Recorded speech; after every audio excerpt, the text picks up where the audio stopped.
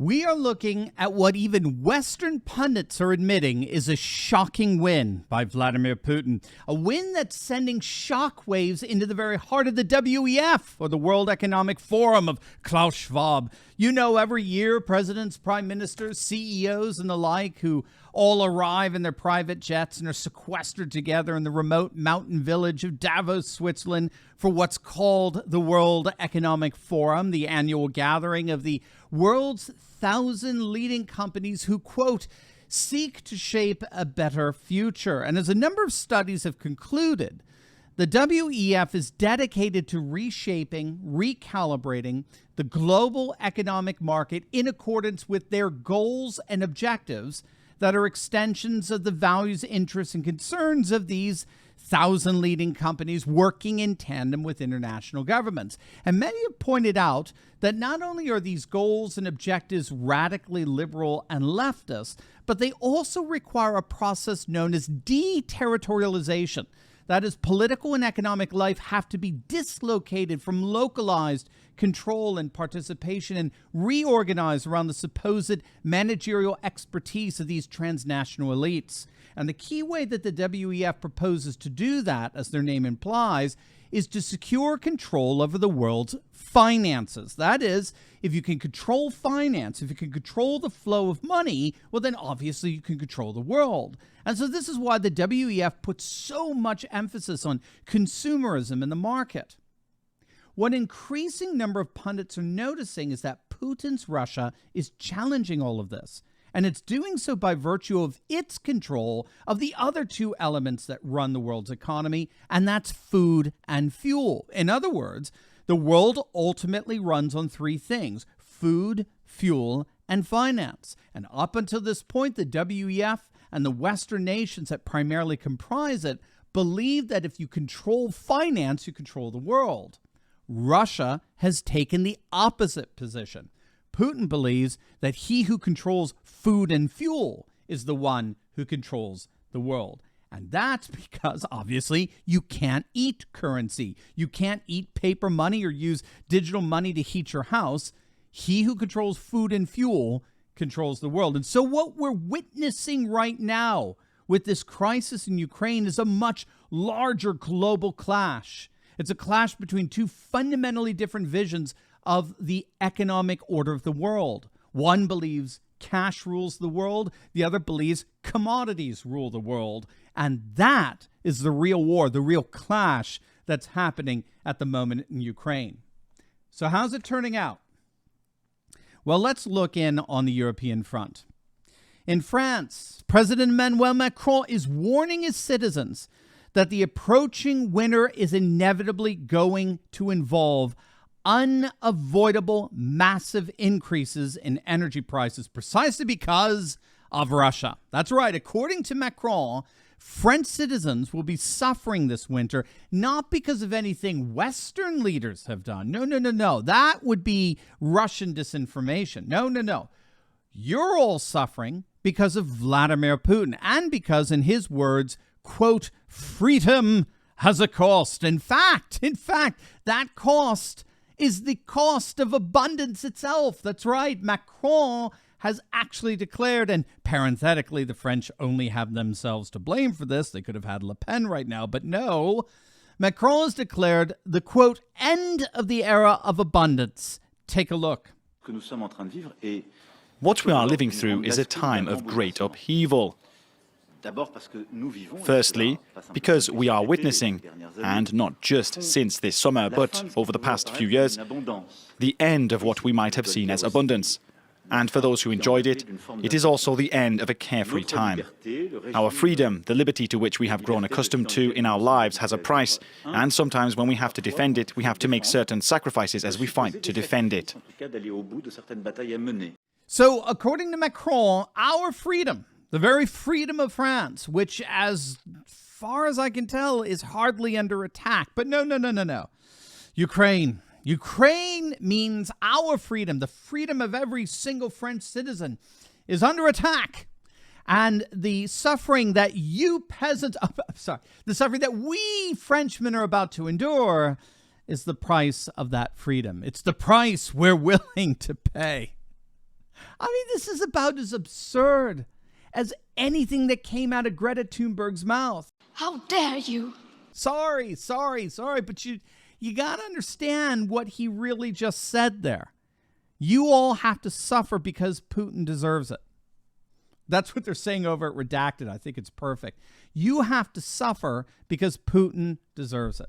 And how anyone could possibly make sense of that is beyond me. Again, I hate to keep harping on the 500-pound gorilla in the corner here, but sorry, Mr. Macron, don't you think Western leadership has some blame to bear on all of this? That's certainly the assessment of John Mearsheimer of the University of Chicago, George F. Kennan of Harvard, and a number of others, even including Henry Kissinger, who I'm no fan of. But even he recognized that brazen NATO eastward expansion was denounced and opposed by every single leader of Russia, from Gorbachev to Yeltsin to Putin to Medvedev, and then back to Putin again. Every single Russian leader told NATO, back off. Don't do that. We consider that an existential threat. You've been warned.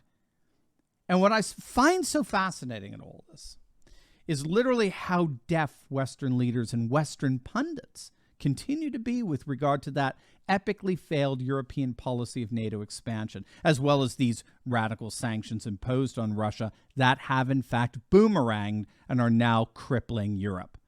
And this brings me back to a piece by Alistair Heath of The Telegraph entitled, "Putin has pulled off a shock win that could destroy the free world." It's a fascinating development of what he sees as basically the seeds, the current economic seeds for particularly Western Europe's collapse. And here's how he begins his piece. Quote, "Britain is now in grave danger of falling into Vladimir Putin's trap. His kamikaze economic war on the West will eventually take down his disgusting cadre of war criminals, but in the meantime, it is beginning to inflict immense permanent damage on the Western way of life, to the great delight of Moscow's Siloviki hard men. We risk ending up with calamitous poverty, civil disobedience, a new socialist government by next year, a breakup of the UK, nationalizations, price and income policies, punitive wealth taxes, and eventually a complete economic and financial meltdown and IMF bailout. The situation in the EU is, if anything, worse." Now, what's interesting here is he faults Europe entirely for its recent economic policies, not NATO policies, by the way. In fact, he actually seems to be a bit of a Boris Johnson hawk on fighting to the last Ukrainian. But nevertheless, he does rightly excoriate European leaders like Macron for creating what he called a zombified Western economy. I love that phrase, a zombified Western economy. In other words, in a manner comparable to Sri Lanka's disastrous policies, European leaders over the last decade refused to invest in domestic energy production. He notes even the French, who according to Macron will be valiantly suffering for the cause of freedom this winter, even the French allowed their nuclear plants to go bust. And so, as a result of this ultra dependence on energy exports, Heath argues here that Putin struck at precisely the right time, when Europe was actually at its economic weakest, such that any international sanctions imposed on Russia, the number one food and fuel exporter in the world, any economic sanctions would immediately boomerang and backfire on the food and fuel sanctioning of nations. It reminds me of Die Hard, right? If you ever saw that great Bruce Willis and Alan Rickman movie from the late 80s. There's a great scene there where the FBI cuts off electrical power to Nakatomi Plaza, where the evil villain Hans Gruber and his henchmen are holding all these people hostage. And in cutting the power, the FBI inadvertently disabled a vault lock, which opened up the massive safe that contained hundreds of millions of dollars that Hans Gruber came there to steal. Hans knew that the vault had several locks that they had to disconnect themselves, but the final lock was connected to the downtown LA power grid. And so when the FBI showed up, Hans knew that standard operating procedure when dealing with hostage situations is you cut off the power. And with all the other locks disabled, he knew that those actions taken by the FBI would inadvertently end up disabling the lock and opening the vault, which is exactly what happened. It's a great scene because it's got, Beethoven's Ode to Joy playing in the background as the vault opens up with heavenly light. I mean, it's just so good. What a great movie. But I've got to say that it's become increasingly clear that Western powers, particularly Europe, are playing the part of the FBI in that movie. They're following through with a textbook geopolitical response to what they consider a criminal nation. And it appears that the head of that so-called criminal nation, Putin, forecasted rightly that that textbook geopolitical response, namely sanctions, would backfire on them big time. In other words, what European powers didn't seem to realize is that sanctioning Russia is precisely what Russia wanted them to do. Russia appears to have wanted these Western nations to inflict the most severe economic sanctions possible in order to unleash their own most severe commodity-based backlash possible. And here we are. Russia's quite literally turning off the gas on Europe, which is raising the prospects of recession and energy rationing throughout an already COVID-battered continent. Europeans are now seeing on average a 400% increase in gas prices since this time last year. In Britain, household energy and vehicle fuel costs are jumping from 4.5% of household spending in 2021 to an astounding 13.4% by April of next year, the highest fuel costs in over 50 years. And what this fellow Heath over the Telegraph sees happening here is that Europe is not going to be able to get through this without a radical political and economic realignment. We're talking about possible dismemberment in the UK. We're talking about a massive slump in living standards. If Putin is trying not just to take over eastern Ukraine, but crush Western powers at the same time, he's doing it and doing it brilliantly. Now, I've said, and I'll say it again, the only way around this is for Western powers to reject globalism, reject the WEF, reject the project of imposing Western liberalism on the rest of the world, and help negotiate a peace between Western Ukraine and Russia, recognizing that Eastern Ukraine is permanently lost. There's no way around that. Moscow's already planning annexation referendums throughout Eastern Ukraine, gang. I mean, this is over. That's precisely the peace, by the way, that Trump would negotiate. Ukraine's got to lick its wounds and recognize that Western leaders, the very ones that helped them get into this mess with NATO expansion, in the end, they were totally impotent in changing the outcome of this war. So that's the only thing that's going to bring peace in the region as far as what I see. But more than that, it's not just Ukraine that will never be the same. The world will never be the same. The old liberal world order, so championed by the WEF, has crashed and burned. It's only a matter of time before our politics readjust around that inescapable fact.